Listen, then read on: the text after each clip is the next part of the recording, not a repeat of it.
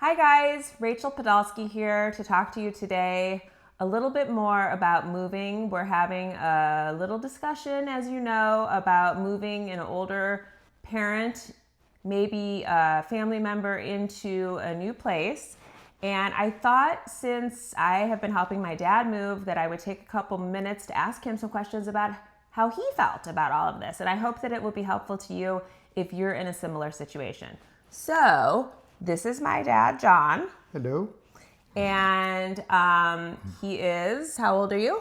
83. 83, very vibrant, not really like old man, but he was diagnosed with lymphoma, as many of you who follow me know, in May, but you would never know, right?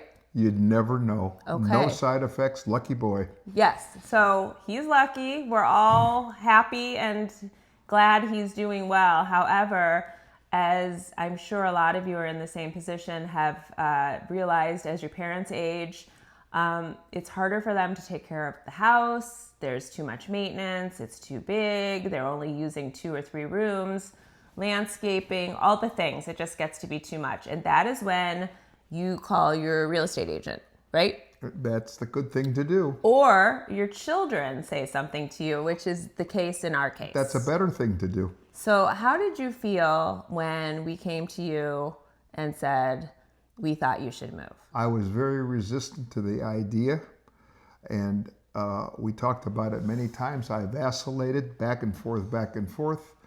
But finally, after my children's maybe 10th or 14th attempt, I said, yes, I think you are absolutely correct.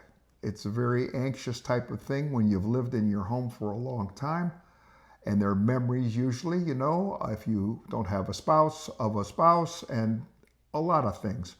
But it's the best thing to do to make a change. Change is difficult, but it's the best thing to do. Yes, I think so too. You had a lot of moments where you'd say, okay, I'm moving. And then you'd call me and say, I decided I'm not moving. And then you'd say, okay, I'm moving again. And that was really frustrating for me because you couldn't make a decision about what you wanted to do. Can you tell whoever might be watching this about what was running through your head a little bit about when you were making those changes? Was it just exasperation and like, oh my gosh, how would I do it? Or what were some of the things that made you decide I'm not going? Well, when my wife passed away 4 years ago, I stayed in the house and I became very comfortable in the 3 rooms in which I was living. I was really, really comfortable, and I didn't feel the need to make any changes because, like, your garage is right there. You can drive in it, open the door, be in the house, etc.